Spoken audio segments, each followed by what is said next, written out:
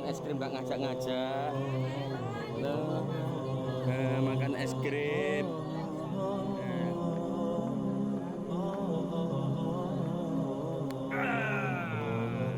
Udah hari iku mau. Di lantai 2 kalau yang ini.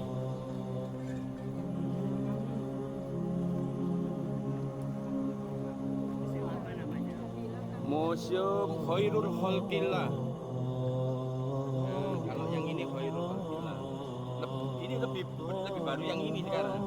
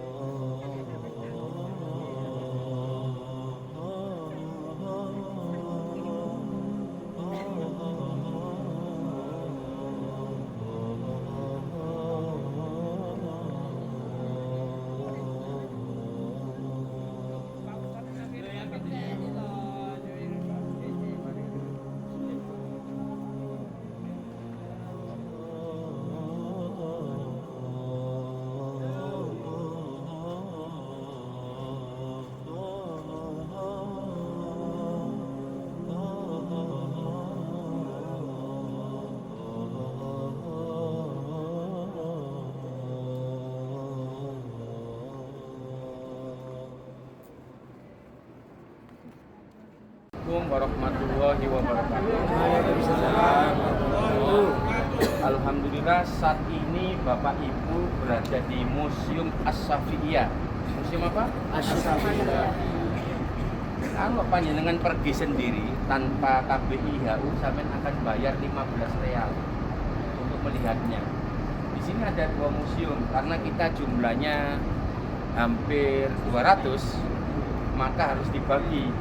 Yaitu ada museum yang pertama itu museum yang lama di bawah nanti itu nanti 100 orang, sedangkan untuk 100 orang lagi memang beda museum, yaitu di lantai 3. Sebentar lagi akan kami ambilkan tiketnya. Misalkan ini nanti bisa masuk semuanya, kita biar satu saja masuk lantai 1 terus baru ke lantai 3 karena judulnya beda museumnya itu. Museum yang lantai 3 itu baru sekali gitu, tentang kehidupannya Kanjeng Nabi gitu.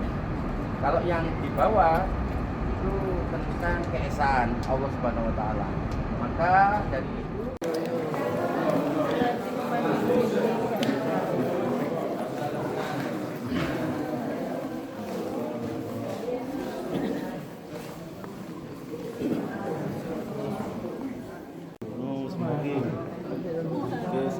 foto, video kau berarti nan. Foto kau lah.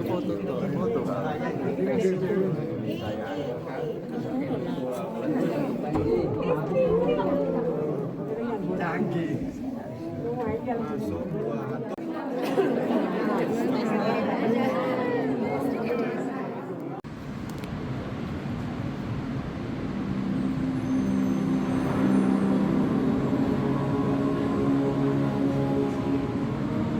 في قلب المدينة بجوار مسجد النبي صلى الله عليه وسلم. Ini adalah ukuran dari rumah Ibunda Aisyah. إنها بيت عائشة رضي الله عنها حيث عاش خير الخلق صلى الله عليه وسلم. فيها نزل جبريل عليه السلام وفيها تنزلت آيات تتلى إلى يوم القيامة. حين بنى رسول الله صلى الله عليه وسلم مسجدا شيد بجواره حجراته من اللبن والجبين سقفها يكاد الرجل يلمسه بيده وبجوارها فسحة محجرة تحجرها عن jauh astagfirullah. لم تكن إلا مسكنا صغيرا لكنها وسعة وحي السماء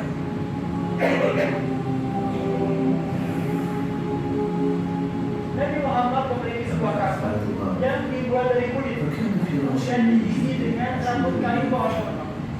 Batang beliau juga sama. وحصيرا تظهر آثار Beliau memiliki usia yang sangat tinggi, meninggalkan jejak pada tubuh beliau setelah kembali ke atas.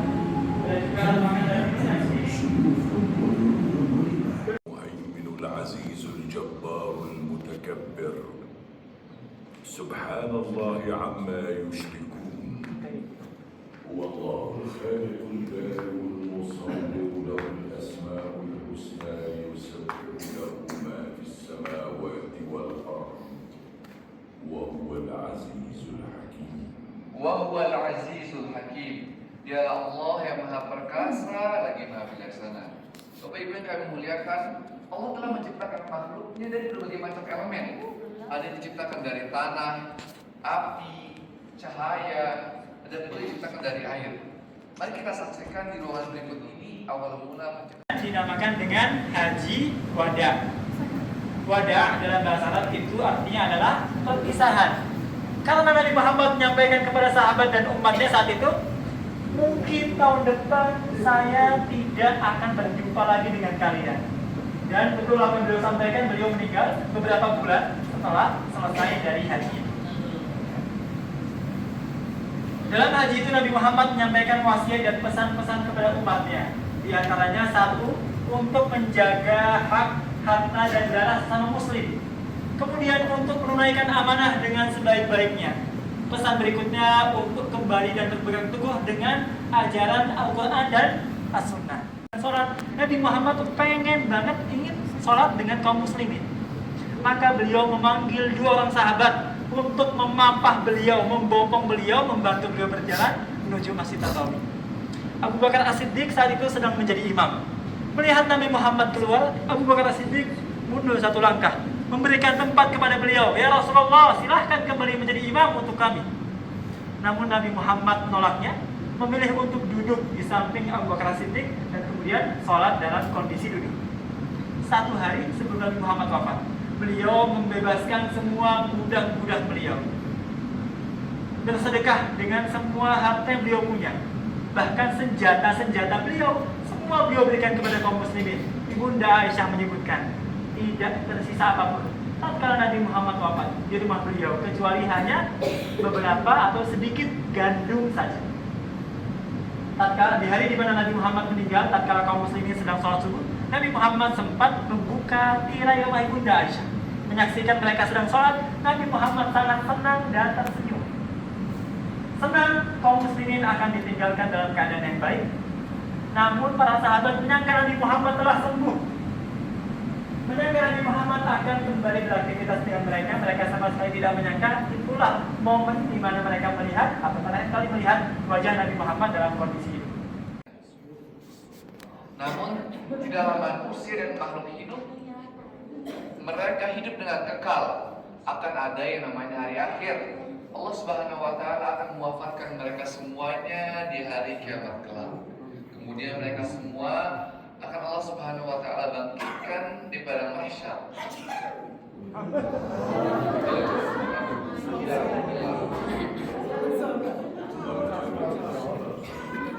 في مشاهد أخرى تعرض لمحات بما بعد الحياة.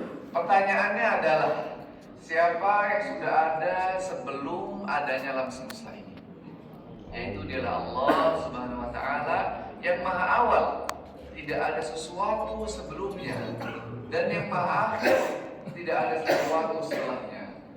Monggo bisa kita lihat di depan dan belakang kita perangan seperti perang Badar, perang Uhud, dan perang yang lainnya. Dan juga Nabi kita Muhammad mengutus para sahabat ke raja-raja besar pada saat itu, kepada Raja Persia, Raja Yaman, ada juga Raja Romawi. Pada tahun 8 Hijriah terjadi Fathu Makkah. Jadi pembebasan kota Makkah.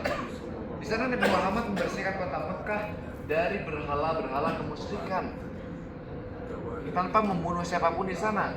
Dibebaskan yang mau menetap di Makkah ataupun yang ingin pergi silahkan. Akhirnya bangsa Arab dan manusia berbondong-bondong masuk ke dalam agama Islam.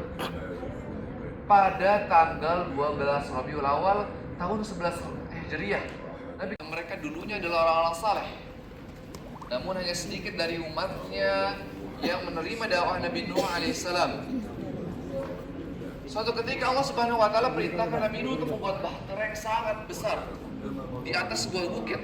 Tatkala kaumnya melewati bahtera tersebut, mereka mencacinya.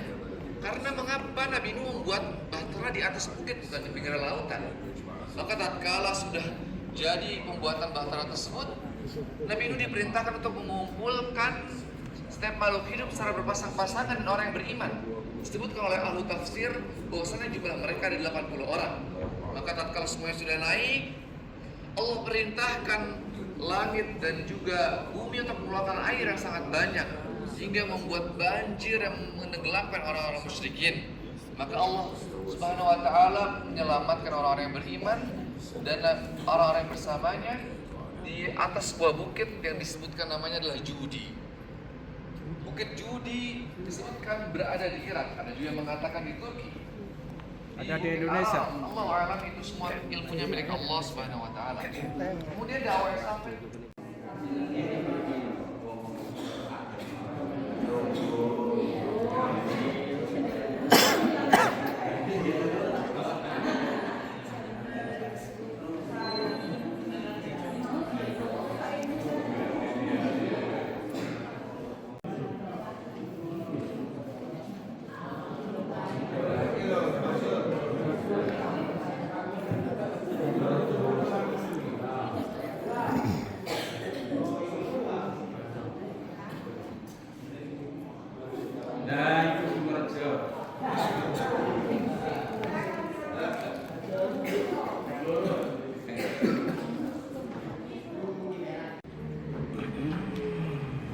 boleh pegang sebelah kiri, monggo silakan.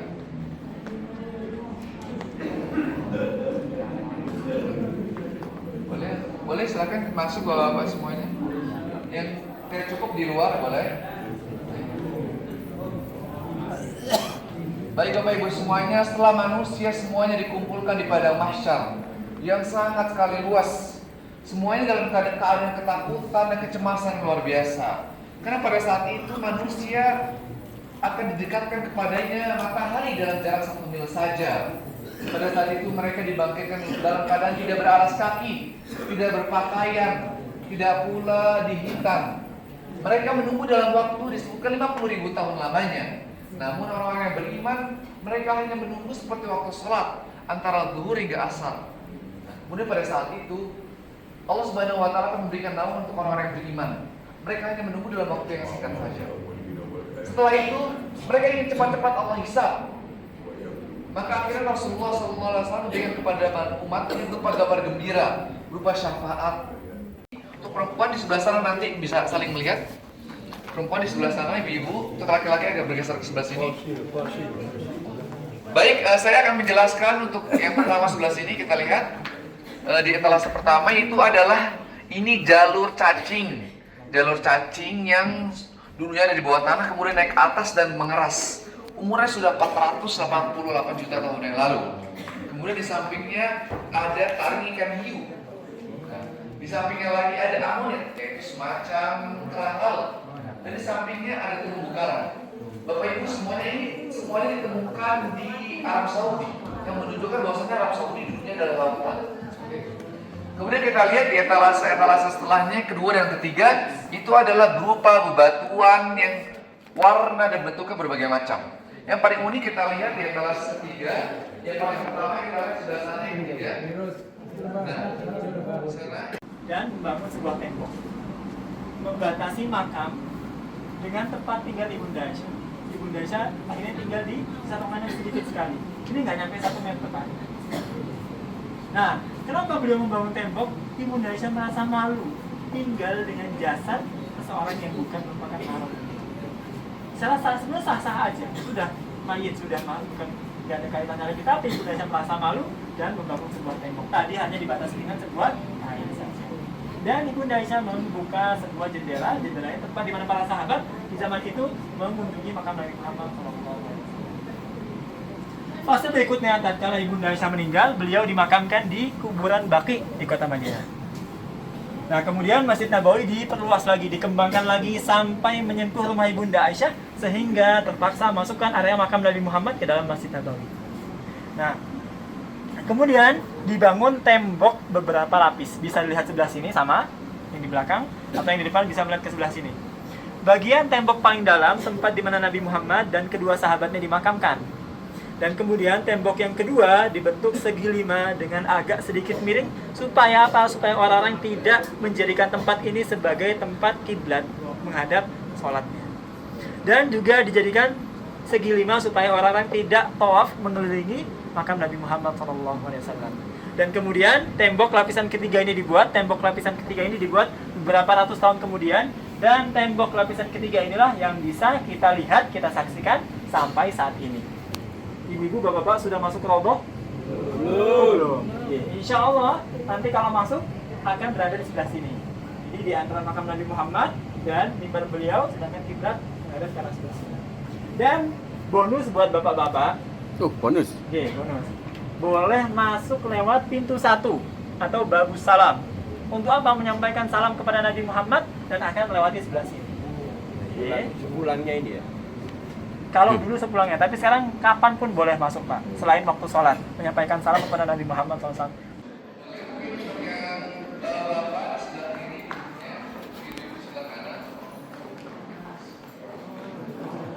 Iya, Ma.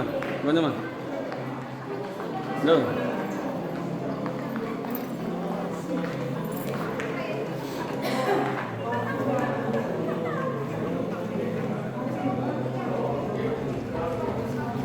Boleh, silakan untuk duduk terlebih dahulu. Kita menghadap ke sini untuk menyaksikan bagaimana awal mula penciptaan alam semesta.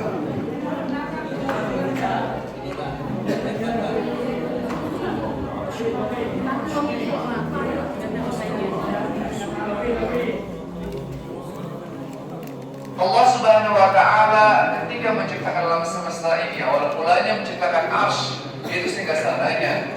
Kemudian setelah itu Allah menciptakan pena dan memerintahkan kepadanya untuk menulis takdir setiap makhluknya di hari kiamat kelak. Setelah itu Allah Subhanahu wa Ta'ala menciptakan 7 lapis langit dan menghiasinya dengan bintang-bintang yang sangat indah. Kemudian menciptakan bumi yang dihampakan untuk manusia dan makhluk hidup yang tinggal di atasnya. Di sana terdapat gunung-gunung yang kokoh.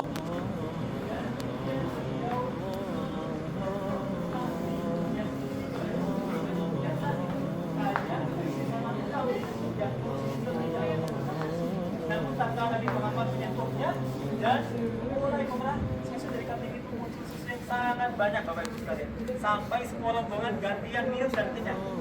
Bahkan Ummu Ma'bad, pemilik tenda, mengisi kantong-kantong yang ada di tenda dengan susu. Siapa tahu yang Nabi Muhammad ketika meninggalkan tenda dan langsung Ummu Ma'bad. Sedangkan kambing yang dikandungnya tidak masukkan susu. Maka Ummu Ma'bad menjelaskan, wahai suamiku, baru saja lewat apalagi Allah berikan. Menjelaskan bagaimana sifat Nabi Muhammad, bagaimana perawakan Nabi Muhammad sampai suami beliau yang itu sesuai dengan orang yang selalu dibicarakan kaum Quraisy. Setiap mereka duduk singgah di tenda Nabi yang selalu mereka omongkan di tenda ini. Demi Allah, dari dulu aku ingin sekali mendukung Nabi itu, beriman dengan Nabi itu. Apabila Allah kasih aku kesempatan, kemudian nantinya mereka akan masuk Islam dan Nabi Muhammad ke sebelah Madinah. Berikutnya silakan dibaca. Ini kantong hidup. Kantong hidup dibuat dari kulit. Ya, silakan sebelah sini, Bapak Ibu. Nah, jadi bangunan ini adalah replika dari bangunan Masjid Nabawi di zaman Nabi Muhammad SAW. Silakan agak sedikit masuk ke masalah. Kita perhatikan, jadi walaupun di gambaran seperti ini, temboknya dibuat dari batu bata dan tanah liat. tiangnya dibuat dari batang pohon kurma, sedangkan atapnya dibuat dari anyaman jarum dan kelopak pohon. Atapnya juga tinggi. Demikian apabila Semoga kita di surganya kelak. Amin ya rabbal alamin. Semoga kita mohon kepada Allah. Semoga Allah memanggil kita untuk kembali beribadah kepada suci Mekah Madinah. Amin, amin. Ya rabbal alamin. Baik Bapak Ibu semuanya, kami terima kasih telah mengikuti perjalanan kita dari awal hingga akhir. Semoga apa yang disampaikan bisa menjadi manfaat bagi kita semuanya. Amin. Saya mohon maaf jika terdapat kata-kata yang salah. Mari kita tutup dengan doa kafaratul majelis. Subhanakallahumma wa bihamdika asyhadu an la ilaha illa anta astaghfiruka wa atubu ilaik. Assalamualaikum warahmatullahi wabarakatuh. Waalaikumsalam warahmatullahi wabarakatuh. Saya bapak saya dari Purwokerto. Purwokerto. Ngapak. Ngapak. Ya. Monggo ini dari mana Bapak semuanya? Surabaya. Surabaya.